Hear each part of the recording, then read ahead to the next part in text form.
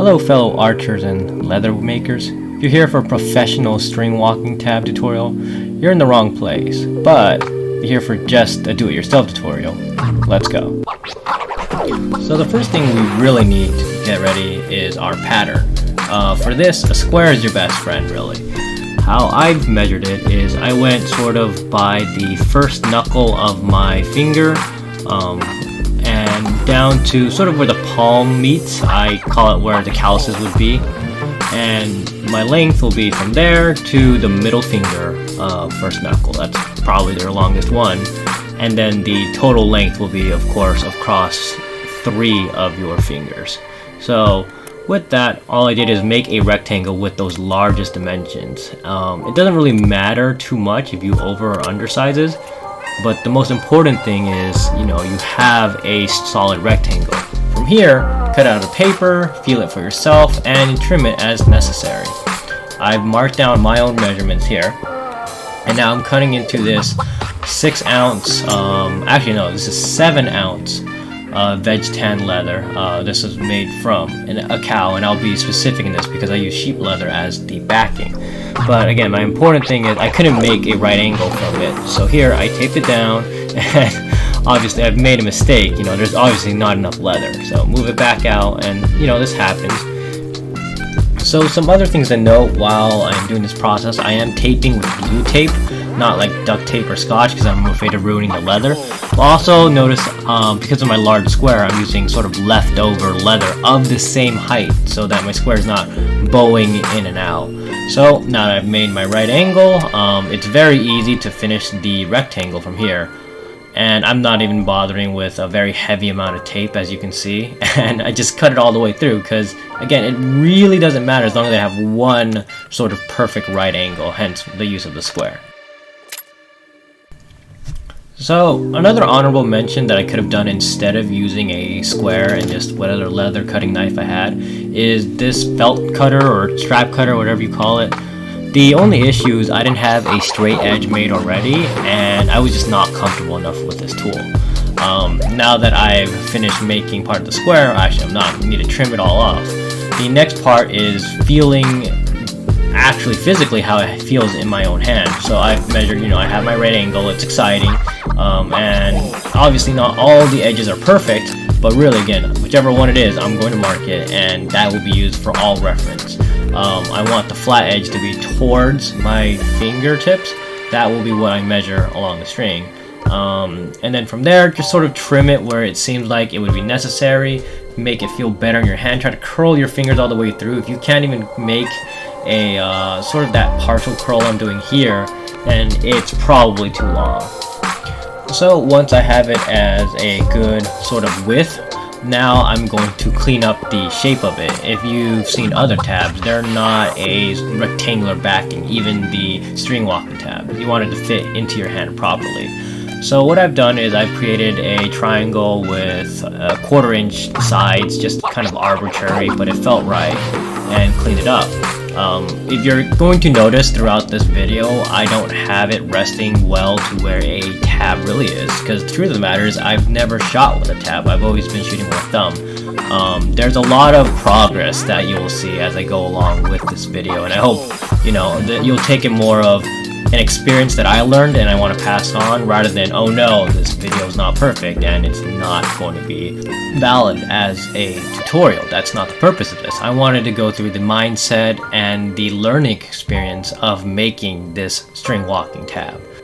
For instance, here, I thought I had the 3 fingers and a generous amount of leather. The more is less in this situation. But it is riding a little bit too far, kind of restricting my pinky from sort of curling in there, and that can be a very bad tension along the forearm. So once I've sort of stripped that off, rounded off the edges, now it's the idea of how to set up the ticks for the string walking tab. What I'm using here is a edge groover. Really, I should buy an edge creaser, it would have been better, but here it is for about a 1/4 inch spacing, which I think will be a fine amount of distance from my flat edge. I have these sort of pricking tools made for needles so you can have equidistant spacing, and that would have just ensured that I have a clean amount of spacing from the edge, or rather each prick. And I've creased the other rounded points of my tab, and that is where I'm going to be marking it with my pricking iron, so I can stitch it along those sides. But somewhere along this process I decided I don't really see the marks with the needle, and I mean I could have sort of dashed in there and such, but I've decided to take the opportunity and stitch the edge towards the string. You'll see what that means right here soon. There was a weakness that I am worried about. This is when you run your needle through your prick or your iron, it can expand the edge, making it kind of roundish instead of flat. But just in case, I have these, I took a awl and just scratched the other side to make it pop out a bit more. And now my favorite part of any project is just burnishing, slicking the edges with this really simple burnishing tool. I do it at first with a layer of water and then a layer of beeswax. The idea is just to have it sort of that clean, polished look. You're not trying to hurt it too hard, you might injure your edges. I'm very aggressive with the edges that aren't my flat ones, as you can see. So a disclaimer right now, I initially set this string walking tab for paracord as a string. This was a very bad idea. I will explain this sort of towards the end of the video, and if you saw in the earlier preview, it definitely was not this paracord.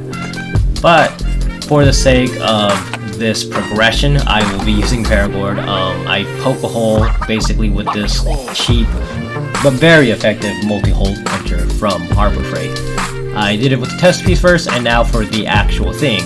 So I noticed that my first holes were a bit too far. That's why you might have seen this prick twice, but it's in a very high speed, so it doesn't really matter. But once I got that through, voila, you can take your paracord through, and that is how I planned initially to have lace holding the tab to my hand. From here, this is the more fun part. Throw it in water and soak it in there for maybe 10 minutes at most. Take it out and rub off any excess water. We're going to harden the leather right here because this is going to again act as our base structure. And hardening is not that hard at all. Throw it in the, I use a toaster oven even. Threw it in there at 200 degrees Fahrenheit for 20 minutes and it's hard enough. It didn't need to be rock solid. I just didn't want it flexible, firm, especially when it got to the sewing part.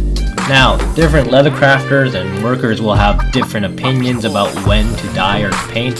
I just decided now would have been a good time. I unfortunately had to break open those holes once again because this is an acrylic dye, an acrylic paint rather than doing a dye, but this was the only red I had and it matched my string, so I really just wanted it red. This is sort of a selfish sort of idea. If you use dye, you will have a similar effect of hardening the leather just a bit more, but nothing too fancy.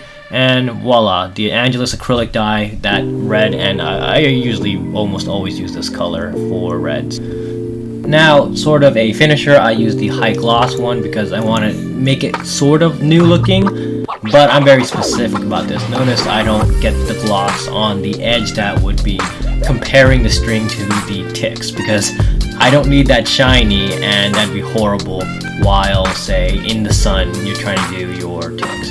It actually took me 2 layers before I got the result that I wanted. As you can see, the left side is just 1 layer, the right is 2, and maybe this camera doesn't catch it, but for my sake, you know, it didn't take too long, about 2 hours in between drying. And now, one of my more embarrassing endeavors. Never trust a tutorial where someone needs pliers to pull the needles out of his diamond holes and such. What happened here is I wanted to do a alternating black-white pattern, as you can see. The problem is my white thread is significantly thicker, and this caused just a mess of trouble. In the end, the black thread was also too thin, and it ripped about 3-4 times. The white thread was just making it impossible, and well, I mean, I kept my straight edge, so it wasn't a complete loss. I just had to do some Frankenstein surgery to make it cleaned up. So there's like 4 knots in the back, and I had to cut it and clean it up and burn it and hammer it down. Overall, not my brightest moment, so really consider it if you want to stitch that part. And to add insult to injury, the white thread didn't even stay white. It picked up a bit of the acrylic thread and turned a little pinkish, so that's nice. But hey, I kept my straight edge, right? Right? Now to pick my backing and main leather. Unfortunately, I did not have shell cordovan. Rather, I didn't find it a useful product for me, so I didn't buy any. So I'm using a 6-ounce veg tan, like grade 3 leather.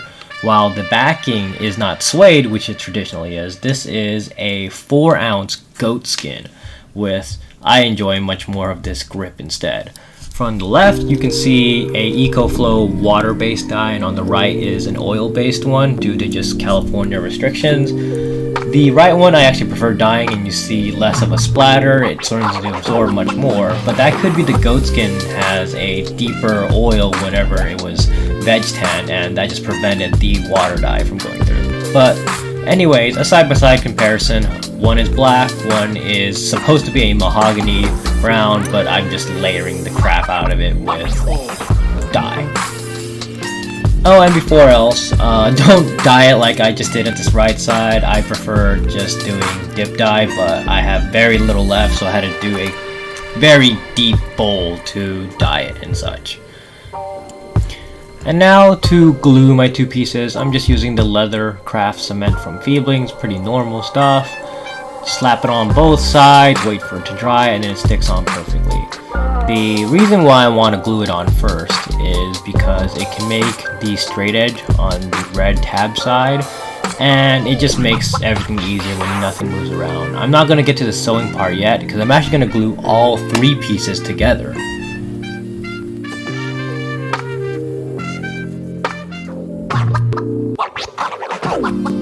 Whoops, that's way too much, hold on.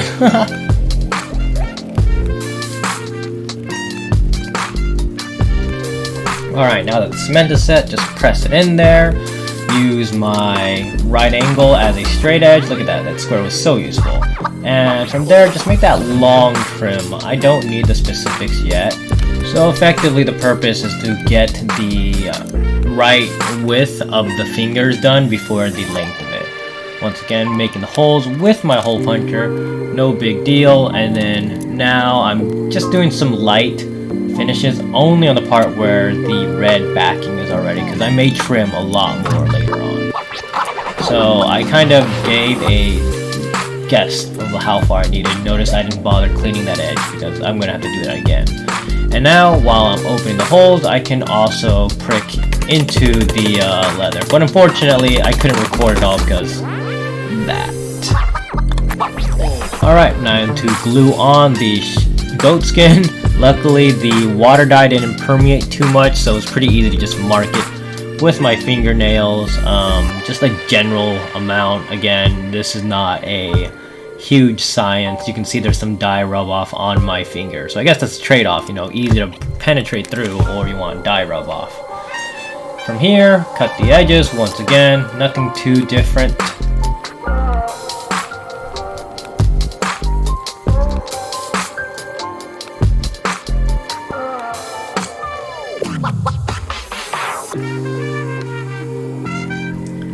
This time, I learned my lesson. Black, thinner thread only that I have, and a sewing awl. I promise you, it's not that messy, and you're gonna trust me, it came out great. One thing I will say, this stitching pony is the default one from Tandy's. I highly do not recommend this. It doesn't clamp that well. You can see I have to add my own piece of leather. I'll be doing some sort of leather tool video later on, but anyways, now I'm flattening the edges right there. I want it as flat as possible, but without warning or weakening the leather. So just hammer down your stitch. That's also a good practice, and you can see that extra black there, so I'll clean up with my quarter round knife.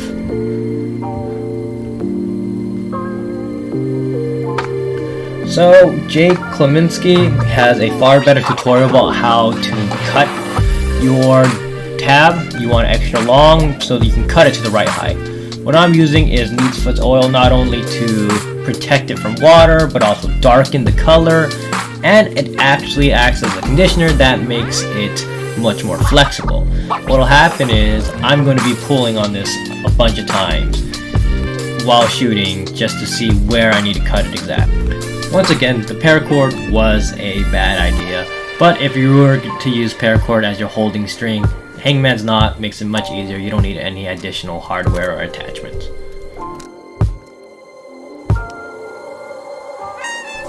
Now, after you let the oil dry up, you just shoot a bunch.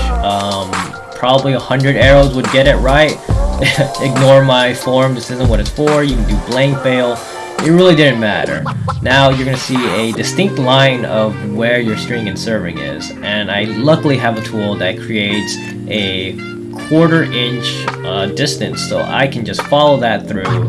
Now, and I just cut it. Make sure you don't accidentally cut the backing too. You actually need the backing to be a little longer, about the thickness times 2 of the main leather, but I'm just eyeballing it and it worked just fine.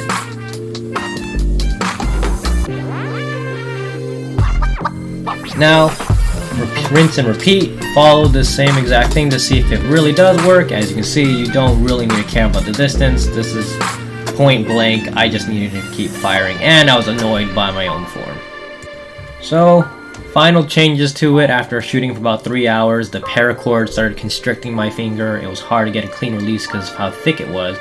Any sort of lace, flat shoelace, or even elastic will do, and that's really it. From there, it worked perfectly fine. It's not without fault, but you know, this is just a dabbling do-it-yourself project.